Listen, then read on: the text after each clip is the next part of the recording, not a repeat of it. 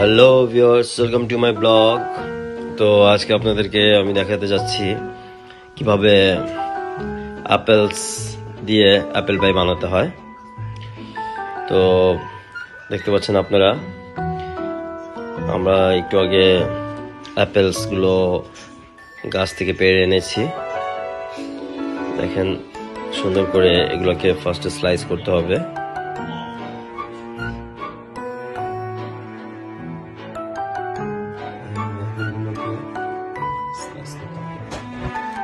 তো আমরা এখন বাটার দিয়ে নিচ্ছি একটা ওভেন প্রুফ পাত্রতে। তারপরে অ্যাপেলের স্লাইসগুলো দিয়ে দিচ্ছি, দিয়ে উপর দিয়ে চিনি দিয়ে দিচ্ছি। যে যার মতো মিষ্টি খাবেন চিনিটা দিয়ে নেবেন। তো অ্যাপেল মিষ্টি হলে বেশি চিনি দেওয়া দরকার নেই। সিনামন দিয়ে দিচ্ছি।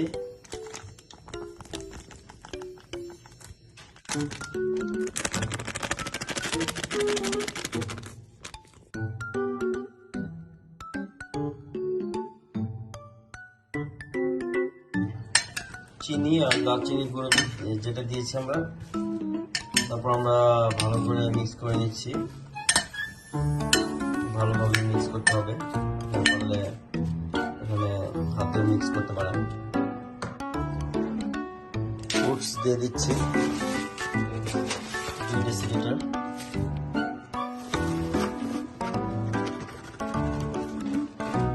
এখন আমরা ময়দা দিয়ে দিচ্ছি 1 ডেসিলিটার, দিয়ে আমরা ভালোভাবে একটু মিক্স করে নেব।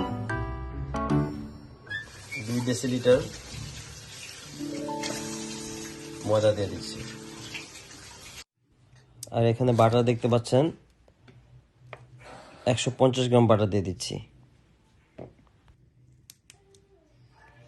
একটু লবণ দিয়ে নিচ্ছি।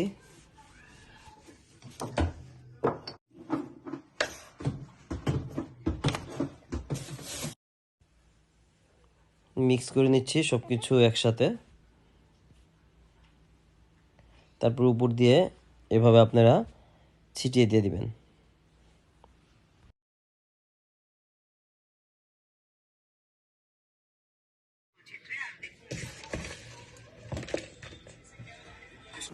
এখন আমরা ওভেনে দিয়ে দিচ্ছি 200 ডিগ্রিতে।